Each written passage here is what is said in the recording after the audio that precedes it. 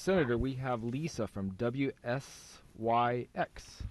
Great. Hey, Lisa, how are you? Senator Vance, how are you? Thank you for the time. Of course. Yeah. Thank you. Great. Well, I want to talk about housing. We have 5 minutes, so I'm just going to jump right on into it.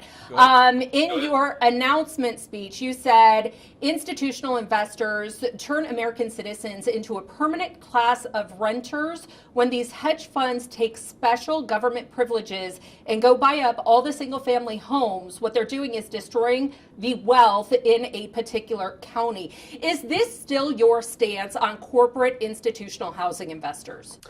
Yeah, look, I really worry about this dynamic you have where you have massive, largely out of state, many out of the country financial interests coming up and buying all the homes in the state of Ohio. It makes it really hard for middle-class home buyers, especially young kids trying to buy their first starter home to really get into the housing market.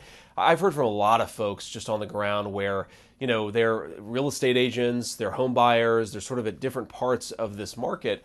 But where they try to sell a home to a first-time buyer, and there are a ton of people coming in, they have access to lower interest rates, they have access to cheaper money, and they completely crowd out the availability of homes for people who want to, just buy a piece of their community.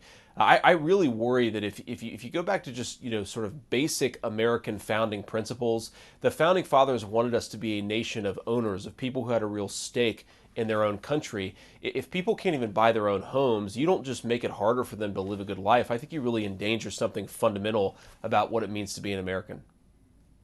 I know on the state level, state Republicans, at least one, has introduced a bill to levy a hefty tax on institutional investors to strong-arm them to sell off some of their inventory. And on the federal level, your colleague, U.S. Senator Sherrod Brown, his Democratic colleagues, has introduced the Stop Predatory Investing Act that would prohibit an investor who acquires 50 or more single-family rental homes from deducting interest or depreciation on those properties. Have you supported the Stop Predatory Investing Act? So I haven't looked at either of those pieces of legislation, though generally I think they're pointing in the right direction, which is that we need to make it harder for institutional buyers to come up and buy all the homes that are out there. There are a couple of big issues that I have here. So one is that homes are not just another financial asset. They're not just a stock that people buy and sell. They're places where people should live, should build a life, should raise their children. And when you treat them as just another financial asset, it just drives up the price, which makes it a lot harder, like I said, for new buyers to get into the market. The other thing that I'd say here is that a lot of these proposals don't go far enough because a lot of the money that's coming in to buy up American single-family homes, it's not even American money. You often have Chinese investors, European investors using these special vehicles to come in and buy up American homes. And I look around and say, what are we doing when we're letting the Communist Chinese Party buy up homes that should be going to Ohio citizens? It just doesn't make any sense.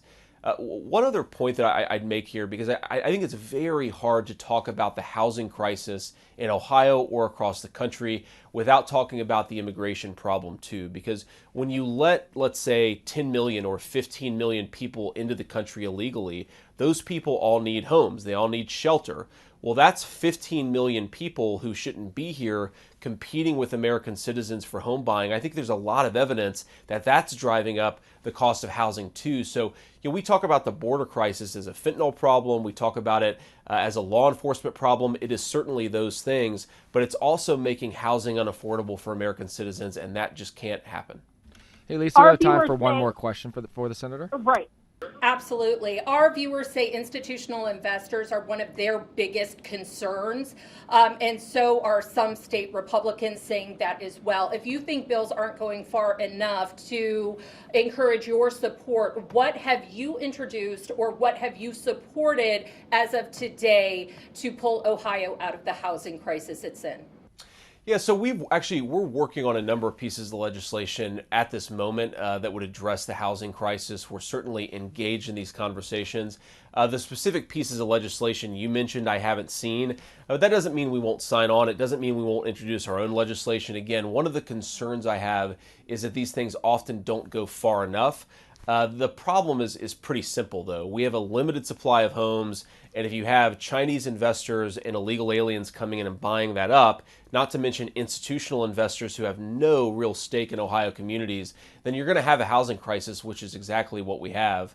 The final point that I'd make about this is just, if you look at the communities, if you look at the states and even the countries that have done growth well, that have actually created broadly shared prosperity, they always figure out the housing problem. If you have housing that middle-class people can't afford to get into, that means they can't work in the jobs that are close to that housing. That means you've effectively blocked a whole generation out of the good jobs and the good housing in certain communities. It's a big issue, especially in Columbus, Cincinnati, and Cleveland, but it's really a big issue all across our state, and it's something we're going to work on a lot of the coming years. Super quick follow-up. You had mentioned working on legislation. What's the timeline there? When can we see you introduce an act to address the housing crisis? We'll certainly follow up when we've got something ready to get out there. But for now, we're monitoring the legislation that's out there and thinking about whether we can join it or whether we should introduce our own thing. Okay. Thank you so much, sir. Great. I appreciate it. Of course. Thanks.